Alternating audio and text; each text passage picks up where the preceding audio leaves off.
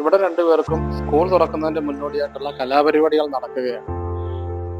ബുക്കുകളെല്ലാം പൊതിഞ്ഞ് വൃത്തിയാക്കി അതിലെല്ലാം നെയിം സ്ലിപ്പുകൾ ഒട്ടിക്കണം. ബുക്ക് പൊതിയലും മറ്റും എൻ്റെ ജോലിയാണ്. നെയിം സ്ലിപ്പ് ഒട്ടിക്കുന്നതും അതിൽ പേരെല്ലാം എഴുതുന്നതും ജാനകിയാണ്. ബാഗിലും ബോക്സിലും വരെ പേരെഴുതി വെക്കണം. സ്കൂളിലേക്ക് ചെല്ലുമ്പോൾ ഒരുപോലെയുള്ള ബാഗുകൾ വേറെയും കാണും. മാറിപ്പോകാതിരിക്കാൻ വേണ്ടിയാണ് അങ്ങനെ ചെയ്യുന്നത്. നെയിം സ്ലിപ്പുകൾ എവിടെ ഒട്ടിക്കണമെന്നുള്ള തർക്കങ്ങളൊക്കെ ഇടയ്ക്ക് നടക്കാറുണ്ട്. എൽസയുടെ പടമുള്ള നെയിം സ്ലിപ്പുകളാണ് കൂടുതലും. കാത്തുവിന്റെ ബാഗും ടിഫിൻ ബാഗും വരെ എൽസയുടെ പടമാണ്. ഒന്നുകിൽ എൽസ വേണം, അല്ലെങ്കിൽ പിങ്ക് കളർ ആയിരിക്കണം. അത്രയേ ഉള്ളൂ. സ്കൂൾ തുറക്കുന്ന ദിവസമായതുകൊണ്ട് ഇന്ന് കളർ ഡ്രസ്സിലാണ്. നേരത്തെ കുളിച്ചൊരുങ്ങി കുറിയും തൊട്ട് പ്രാർത്ഥനയും കഴിഞ്ഞ് നിൽക്കുകയാണ്. ചാമയുടെ കാലൊക്കെ തൊട്ട് തൊഴുത് അപ്പുപ്പായും അച്ചാമ്മയും ഒക്കെ തൊഴുതിട്ടാണ് ഇറങ്ങുന്നത്. മഴയില്ലെങ്കിലും പുതിയ കുടയായതുകൊണ്ട് അതും എടുത്തു. അതും നൂത്ത് പിടിച്ചിട്ടാണ് പോകാൻ ഇറങ്ങിയത്.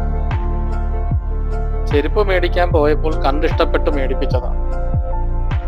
അത് പിടിച്ചുകൊണ്ടുള്ള നിൽപ്പ് കാണുമ്പോൾ തന്നെ അറിയാം എന്തുമാത്രം ഇഷ്ടമുണ്ട്.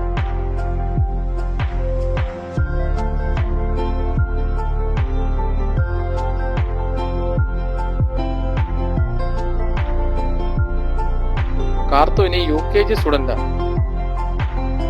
കൂട്ടുകാരായ സാറയെയും ഐശ്വര്യയും ഒക്കെ ഇനി കാണാൻ പറ്റുമെന്നുള്ള സന്തോഷത്തിലാണ് സ്കൂളിലേക്കുള്ള ഈ യാത്ര.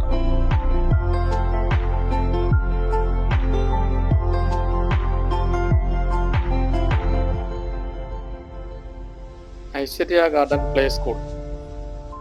അവിടുത്തെ അശോകൻ സാറും ലക്ഷ്മി ടീച്ചറും ഒക്കെ കുട്ടികൾക്ക് വളരെ പ്രിയപ്പെട്ടവരാണ്.